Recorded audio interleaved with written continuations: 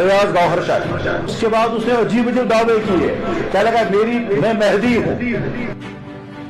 सरकार गौहर शाही ने तो अभी तक नहीं कहा हम इमाम मेहदी हैं।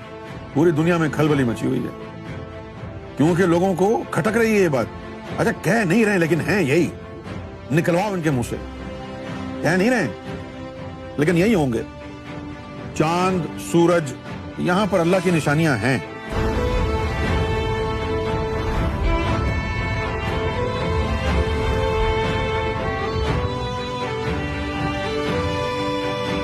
लोगों से कहा मेरा कलमा पढ़ो, ला इलाहा इल्लल्लाह रियाज रसूलुल्लाह।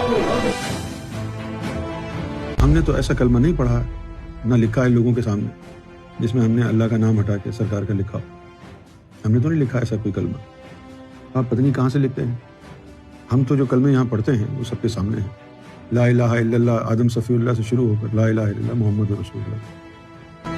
वो इंसान जो काफिर हो चुका और उसके मुताबिक वहां ऐलान हो गया ये काफिर है।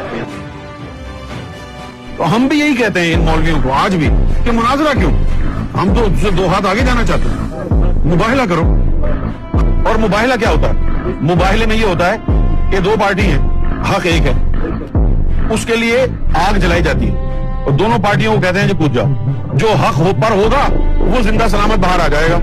आग जलाओ, हम तैयार हैं। नस्लन असलन आलिम दीन है, आजा, हम तो तैयार हैं कूदने के लिए। जिस नमाज के मुतालिक अल्लाह ने हुक्म दिया और फरमाया, क्या 700 आयतें हैं नमाज की ताकीद के मुतालिक। कुरान में अल्लाह ताला फरमाते हैं जन्नत वाले आपस में तस्करा करेंगे, बहरहाल मालूमात करते करते पता चलेगा वो जन्नत है। आज का मुसलमान बेनमाजी इसलिए है कि उसकी नमाजों में हुजूरिये कल्ब नहीं है, उसकी नमाजें अर्श पर पहुंच नहीं रही। वल्लाह अगर नमाजें अर्श पर पहुंच जाएं तू मर सकता है, नमाज नहीं छोड़ सकता।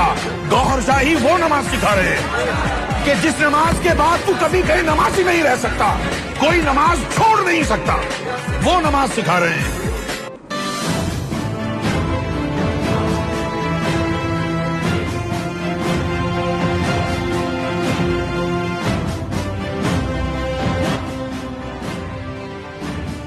रियाज अहमद कुरशाई उस शख्स ने नबुव्वत और खुदाई का दावा क्यों किया था? जब हुजूर की जात आ गई, सारे अंबिया इकराम की सिफात उनके साथ ही आई थी। अब कोई पीछे बचा नहीं है, आ ही नहीं सकता। इसलिए आपने फरमाया कि अना खातमन नबीयीन ला नबी बादी, मेरे बाद कोई नबी है ही नहीं। ये तर्जुमा गलत करते हैं मौलवी कि मेरे बाद कोई नबी नहीं आएगा। ये लफ्ज कहां लिखे हैं हदीस में? ला नबी या बादी, मेरे बाद नबी है ही नहीं। तो हुजूर ने ये कहा नहीं है कि नहीं आएगा, हुजूर ने कहा ला नबी या बादी, मेरे बाद नबीयत है ही नहीं। हमारा ये अकीदा है। मुगल भाई, बहुत से लोग हैं जो हमारी वीडियोस को यानी उसके अंदर डबिंग करके छोटी छोटी बातें काट काट के और वो अजीब व गरीब जो है फितना फैलाने की कोशिश कर रहे हैं। लेकिन हमारी जो तालीम है आपके सामने है। अच्छा, अगर आप ये समझते हैं कि हमने सरकार माफ फरमाए, हमने सरकार गौहर शाही को खुदा बना रखा है, तो ये बात गलत है। ये बहुत बड़ा जुर्म है इस तरह की बात कहना।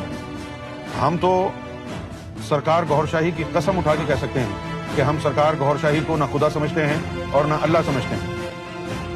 हम सरकार गौहर शाही को अल्लाह नहीं समझते, हम सरकार गौहर शाही को सैयदना रियाज अहमद गौहर शाही समझते हैं। वो कहता था अल्लाह मजबूर है और शरत के पास होते हुए भी नहीं देख सकता। जब इंसान विलायत कुबरा हासिल कर लेता है, अल्लाह का दीदार हासिल कर लेता है, तो उस वक्त फिर हबलल वरीद के ऊपर हबलल्लाह आ जाती है और अल्लाह आपसे हबलल वरीद से भी ज्यादा करीब हो जाता है। फिर जो भी ख्यालात उसके कल्ब में आते हैं वो हबलल्लाह के जरिए अल्लाह तक पहुंचना शुरू हो जाते हैं।